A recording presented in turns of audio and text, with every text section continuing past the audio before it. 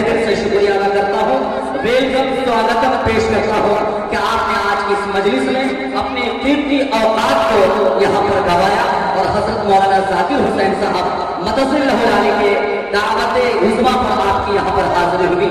मैं तहे दिल से शुक्रिया अदा करता हूँ मुंतज़िमीन जलसा, जुमले अरकान कमेटी मदरसा दारुल उलूम रशीदिया का और उनके तमाम कारकुनान का और सरजमीन अहमदपुर और पाशुनगान का कि उन्होंने मुल्क हिंदुस्तान के सीधा और चुनिंदा उलमाए किराम शुरा इस्लाम को उन्होंने दावत दी और मुझे से नाकारा को भी अज़मत निकाबत से सरफराज किया। अल्लाह ताला आप हज़रात के हौसले को कबूल फरमाए और आपको दिन दोगुनी रात चौगुनी दीनी एतबार से तरक्की से कामयाब अता फरमाए। सब कह दीजिए आमीन। आप लोगों से मेरी दरखास्त, आप लोग आगे की तरफ बढ़ जाइए। जो लोग बाहर बैठे हैं उन लोगों से मेरी गुजारिश है कि आप लोग अंदर की तरफ आ जाइए, अंदर की तरफ आ जाइए। मजलिसों का ये तहजीब, मजलिसों की ये तहजीब दीनी मजलिसों की नहीं रही है कि हम खड़े होकर सुने, बल्कि हमारी ये रिवायत रही है कि हम जब भी किसी प्रोग्राम में जाते हैं तो उस प्रोग्राम को अच्छी समाअत के साथ सुनते हैं। वो लोग खड़े हैं, नौजवान से मेरी गुजारिश है आप अंदर की तरफ आ जाओ, अंदर की तरफ आ जाइए। रज़ाकार हज़रात से गुजारिश है कि आप लोग तमाम लोगों को ऊपर कंट्रोल करें और इस मजमे के अंदर छत से बैठा आप लोग आगे उधर थोड़े आगे आ जाइए। अगर आप साथ देंगे तो इंशाअल्लाह पूरी तवानाई के साथ अपने मैटेरियल को आपकी मोहब्बतों के हवाले करता रहूंगा, वरना ये समझिएगा कि माइक और ये स्टेज आप लोगों के हवाले रह जाएगा और आप लोग सुन नहीं पाएंगे जो उलमा और शुरा अपने सीने में मैटेरियल खरीद करके आए। आप लोग आगे की तरफ बढ़ जाइए, आगे की तरफ और चर्चा थोड़ा आप लोग आगे की तरफ बढ़ जाइए। माशाअल्लाह आगे की तरफ आइए। मजमा कम हो लेकिन यकसुयत के साथ जब मजमा होता है तो यकीन जानिए मजमे के अंदर पावर हुआ करता है। ये मुनफरिद मुंतशिर रहने से हमें और आपको कुछ नहीं मिलेगा। आगे की तरफ आइए, माशाअल्लाह आगे की तरफ आइए। बारसोई वाले मुझे मालूम है कि बारसोई का इलाका बड़ा, यहाँ का इलाका बड़ा वसीउ मरीज होता है। ये चचा देखिए हेलमेट लगा के बैठा हो, हेलमेट देखिए सफेद झूठ। आप लोग भी समझ गए कि हेलमेट, पुलिस की डर से लोग हेलमेट सर में नहीं पहनते बल्कि मोटरसाइकिल के एंगल में और हैंडल में लगा देते हैं। तो भला ये जलसा में हेलमेट पहन के या हो नहीं सकता। ये तो मैं आप लोगों को परख रहा था कि आप मुझे देख रहे या उधर देख रहे। माशाअल्लाह ये नौजवानों आप भी अंदर की तरफ आ जाओ। ये बच्चे ठगी चमनी जो गोद में लिए हो ये रात दोबारा मिलने वाली नहीं है। हजार रात देखने के बाद एक रात होती है, एक रात आती है जिसे जलसे के नाम से भी लोग जानते हैं। इतना बड़ा वसीउ और इस पंडाल इनके सजाने में, सजाने में और इनको इस महफिल में यकसुयत के साथ जमाने में कितनी मेहनत मशक्कत करनी पड़ती है, ये हजरत मौलाना जाकिर हुसैन साहब और हजरत मौलाना रिज़वानुल्लाह साहब अल-क़ासिमी मदसिल्लाहु अलैहि के सीने से पूछिए। माशाअल्लाह मुझे उम्मीद है कि पूरा मजमा मेरे साथ इंशाअल्लाह अभी से लेकर फज्र तक इंशाअल्लाह साथ देगा। एक मरतबा मचल के बोले सुभान अल्लाह, के बोले सुभान अल्लाह। जो दुनिया का तरीका है, जो तौर है दुनिया का, उसी तौर से बोलो। जो तौर है दुनिया का उसी तौर से बोलो। ये बहरों का इलाका है, जरा जोर से बोलो। मचल के बोलो सुभान अल्लाह। ये दाएं बाएं सब बोले मचल के सुभान अल्लाह। माशाअल्लाह। आइए हज़रात, मैं तहे दिल से शुक्रिया अदा करते हुए तमाम शोरा और खुतबा का मैं वेलकम स्वागत पेश करता हूँ कि आपने अपने कीमती औकात से यहाँ पर नवाज कर सरजमीन अहमदपुर बारसोई को सरफराज किया है। यकीन जानिए आज मुल्क हिंदुस्तान के अंदर एक बहुत बड़ा फितना खड़ा हुआ है। लोगों तुम्हें मालूम नहीं है, तुम फेसबुक, व्हाट्सएप, यूट्यूब के आज के तुम तलबा हो गए, स्टूडेंट हो गए, तुम्हें मालूम नहीं है मुल्क हिंदुस्तान की जमहूरियत तार-तार हो रही है। इनके यहाँ की इनकलाबियत तार-तार हो रही है। मज़हब इस्लाम को इस्लाम वाले से खतरे हो रहे हैं। हम और आप काफी गफलत में पड़े हुए हैं।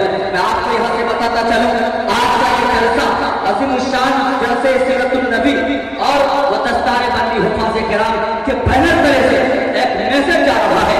हज़रत मौलाना जाकिर हुसैन साहब रशीदी ने इतना बड़ा पंडाल सजाया और वो हिंदुस्तान के अंदर एक वो अजीम काम करके आपको दिया है जिनको आंखों और पलकों में बिठाने की जरूरत है। आपने देखा कि उन्होंने हिंदुस्तान के बड़े बड़े मदारिस बंद रहे, लेकिन उन्होंने अपने गांव और इलाके के बच्चों को चुन चुन कर हाफिज़ कुरान बनाया और अल्लाह की सदाओं से उनके सीने को महफूज किया। आपको मालूम नहीं है इस कुरान को मिटाने वाले दुनिया में अब तक नहीं आए, नहीं आएंगे, लेकिन इसके अंदर तहरीफ करने वाले लोग पैदा हो रहे हैं। आप आपको अगर दुनिया के अंदर होशियार होना है, समझदार होना है, तो लोगों आह्वान करने से नहीं होगा, महफिल में जाने से नहीं होगा, कव्वाली की महफिल सजाने से नहीं होगा, जलसे और जुलूस करने से नहीं होंगे। किसी मुकर्रिर के बयान पर वाह वाह कर लेना, तालियां बजा देना, शायरों के अशआर को सुन लेना, ये तुम्हारी कामयाबी की दलील नहीं है। ये जलसे इसीलिए होते हैं कि हमारे अंदर इनकलाबी आए, हमारे अंदर कुरान और हदीस के असर और रसूख पैदा हो, हमारे अंदर वो जज्बे पैदा हो कि हमारे आबा व अजदाद ने क्या क्या करके रखे हिंदुस्तान को पूरी दुनिया को अजमत और बुलंदी से नवाजा है। अरे अपने इतिहास को देखो, जो कौम अपनी तारीख को भूल जाती है वो वक्त से पहले मर जाती है। आज फिक्र करो, औलादें तुम्हारी फेसबुक देख रही है, औलादें हमारी व्हाट्सएप देख रही है, औलादें हमारी और आपकी क्या यूट्यूब की दुनिया में मस्त मौज है। और आपको मालूम नहीं है, एक अभी मौलाना रिजवानुल्लाह साहब इंशाअल्लाह तफसीली कुतुब के साथ आपके सामने वो बरसर आम यहाँ पर खिताबत करेंगे। एक इस वक्त वो के हिंदुस्तानी बल्कि पूरी दुनिया में मुसलमानों आगे बढ़ना है तो एक ही चीज तुम्हारा हथियार है। मीडिया में यह कह देना कि मौलाना तनवीर सकी ने कहा था कि एक हाथ में राफल ले लो, बंदूक ले लो, बल्कि तनवीर सकी के कहने से पहले इस भारत का प्रधानमंत्री श्री नरेंद्र मोदी ने कहा था कि मुसलमानों अगर तुम्हें आगे कामयाब होना है तो एक हाथ में कुरान लो, दूसरे हाथ में कंप्यूटर लो, फिर तुम आगे कामयाब हो सकते हो। लेकिन मैं खुदा की कसम एक तारीफ बता के जाऊंगा और आप हिस्ट्री करो, गूगल सर्च करो, चूंकि गूगल वाले हो, आप याद करो 1857 की पहली गदर की लड़ाई मुल्क इंडिया में होती है, जिसमें उलमाए किराम की शहादत होती है और इसकी तहरीक चलाने वाले बानी दारुल उलूम देवबंद हजरत मौलाना कासिम नानवी रहमतुल्लाहि अलैह, अल्लाह ताला उनके गरीब रहमत से नवाजे, उनके साथ साथ हजरत मौलाना इमदादुल्लाह मुहाजिर मक्की 1867 के अंदर दारुल उलूम देवबंद का इनेकाद हुआ। 800 साल तक मुल्क हिंदुस्तान में मुसलमानों की हुकूमत रही। नोट करो इस बात को, 800 साल तक, कितने बोलो यार बोलो, कितने साल तक? 800 साल तक मुसलमानों की हुकूमत रही। बाबर भी हुकूमत किए, अकबर भी हुकूमत किए, हुमायूं भी हुकूमत किए, सिराजुद्दौला भी हुकूमत किए। ये बाबर, ये तुगलक, ये इन लोगों का जो नस्ल चला है, इन लोगों का नस्ल चला है 800 साल तक। उलमा बैठे हैं, तारीख के पन्ने को खटाल के देखो, एक भी मदरसा मुल्क भारत में उस वक्त पाकिस्तान, बांग्लादेश और ये चीन का कुछ हिस्सा और ताजिकिस्तान का कुछ हिस्सा, अफगानिस्तान पूरा का पूरा, श्रीलंका पूरा का पूरा उस वक्त उनके इंडिया में शुमार होता था। लेकिन एक भी मदरसे कायम नहीं हुए। अरे अंग्रेज भीख मांगकर हजरत मौलाना कासिम नानवी रहमतुल्लाह अलैह इस कौम को सरबलंद करने के लिए 1867 में दारुल उलूम देवबंद का इनेकाद किया। दुनिया तक देखती रही।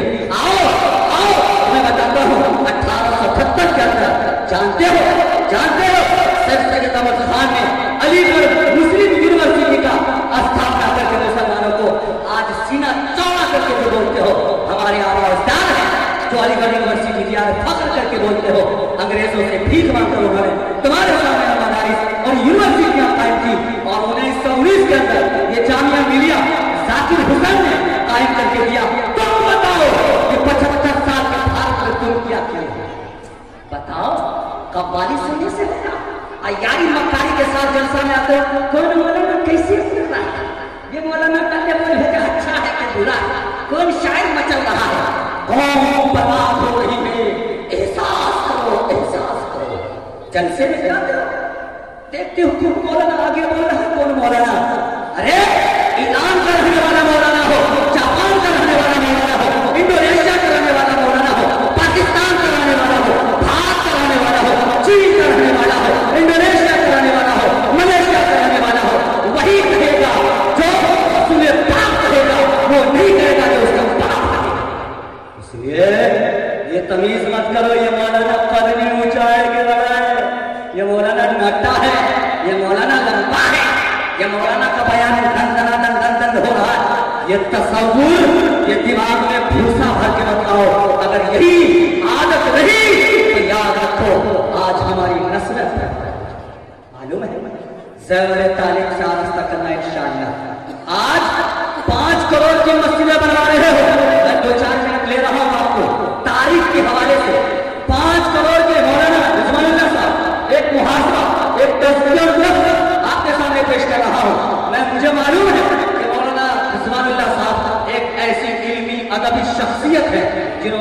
जिंदगी को उंगली पकड़ के चलना सिखाया। 1998 या 97 में उनकी फरागत हुई और इनके रफीक मुहतरम अलहाज हज़रत मौलाना इस्राइल साहब कासिमी दामत बरकातुहुल आलिया फलका की सरजमीन पर आज तक बरसर इक़्तिदार है। सदरुल मुदर्रिसीन के ओहदे पर उन्होंने मुझे पढ़ना लिखना सिखाया। मैं हज़रत मौलाना रिज़वानुल्लाह साहब का नाम अल्हम्दुलिल्लाह जैसे इश्तिहार में सुना मेरे आंखों में आंसू हो गए कि उस वक्त इन्होंने मुझे उंगली पकड़ के चलना सिखाया और आज मुझे उस्ताद बनके वो स्टेज पर बैठेंगे, मुझे फख्र महसूस हुई। तो मैं अर्ज कर रहा था 5 करोड़ की मस्जिदें बनवा रहे हो, कितने बोलो? 5 करोड़ की मस्जिदें, 50 लाख की मस्जिदें, इमाम खोजते हो 3000 वाला, इमाम खोजते हो 2000 वाला, मस्जिदें की मीनारें ऊंची हो रही है, कालीन बिछ रहे हैं मस्जिदों में, इमारतें बन रही हैं, लेकिन मुसलमानों उसमें इमाम सही नहीं आ रहा है। आज बड़े बड़े शोरा को बुलाकर 1.5 लाख 2 लाख रुपए दे देते हो और इमाम बेचारे मेंबर पर रोते रहते तनख्वाह के लिए। ऐसा नहीं होने देंगे इंशाअल्लाह, नहीं होने देंगे इंशाअल्लाह। अपने मस्जिदों को मदरसा बनाओ, मकतब बनाओ इंशाअल्लाह और हर उलमा की कदर करेंगे इंशाअल्लाह। इंशाअल्लाह हम लोग करेंगे इंशाअल्लाह। अल्लाह ताला हमें अमल की तौफीक अता फरमाए। हजरात अभी एक फितना उठा हुआ है वसीम रज़वी, ये कैसा इंसान है? मौलाना रिज़वानुल्लाह साहब आप जानते हैं वसीम रज़वी, उनके चेहरे पर लानत हो, इन्होंने कुरान को बदलने के लिए 26 आयत का पिटीशन सुप्रीम कोर्ट में दाखिल किया है कि ये आयत को बदले जाए, ये आयत को बदले जाए। वसीम रज़वी का दिमाग की बत्ती जो है बिल्कुल खत्म हो गई, वो मर्जल इंसान है, उनके दिमाग में भूसे भरा।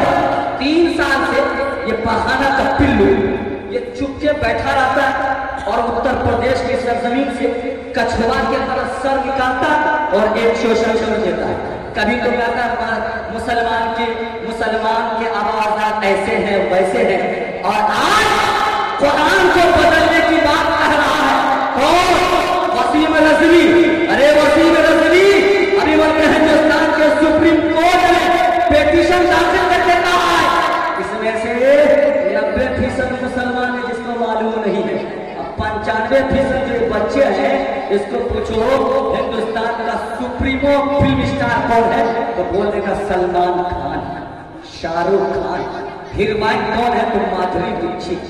अब कुछ लड़का कह रहा कि मौलाना फिल्म देखता है, अरे फिल्म देखता है, फिल्म देखता है, अरे कौन के हिसाब को पेश करना कौन के सामने आलिम की जिम्मेदारी है, आलिम की जिम्मेदारी है कि वो आवाम नास को जगाए बेदार करे, वरना अल्लाह के सामने जब आपकी मेरी पेशगी होगी तो अल्लाह फरिश्ते को कहेंगे इसकी जबान को निकालो और ये तमाम पर ये जहन्नम की कांटी ठोक कर जहन्नम में डाल दो। इसलिए जिन्होंने इल्म को छुपाया, तो कुरान के अंदर तहरीफ करने के लिए किसने कोशिश की? किसने? भूल गया किसने? अभी वसीम रिज़वी ने। किसने? बोलो, अरे बोलो किसने? वसीम रिज़वी ने।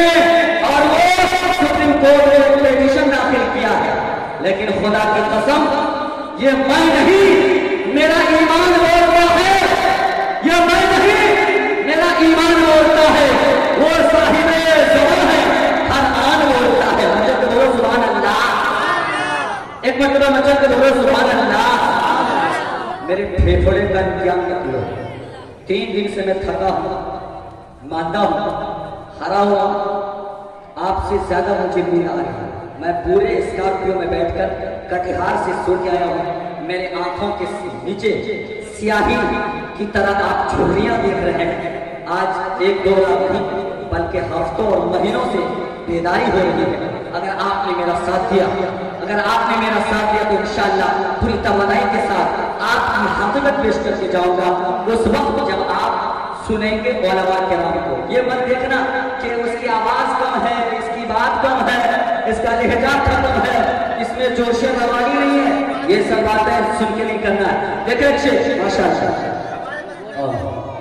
माशाअल्लाह, ये मौलाना जाकिर हुसैन साहब माशाअल्लाह हमको आगाह कर रहे हैं कि थोड़ा मदरसे के ऊपर भी रोशनी और तलबा के ऊपर भी रोशनी डालते हुए, और कैमरे मीडिया वाले से मैं करता हूँ हमेशा, पता नहीं ये कहूँगा आम ये लिख देंगे लता, कहूँगा भारत तो ये लिख देंगे महाभारत। अल्लाह ये मीडिया वाले से हिफाजत करता है।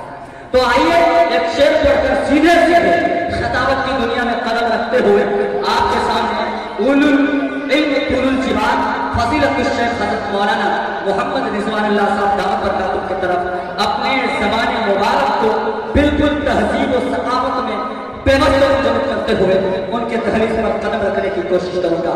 लेकिन एक शर्त है कि आप मेरा साथ देके चलेंगे इंशाअल्लाह, तब ये मजमा बिल्कुल निखार और जज्बात के साथ नजर आएगा।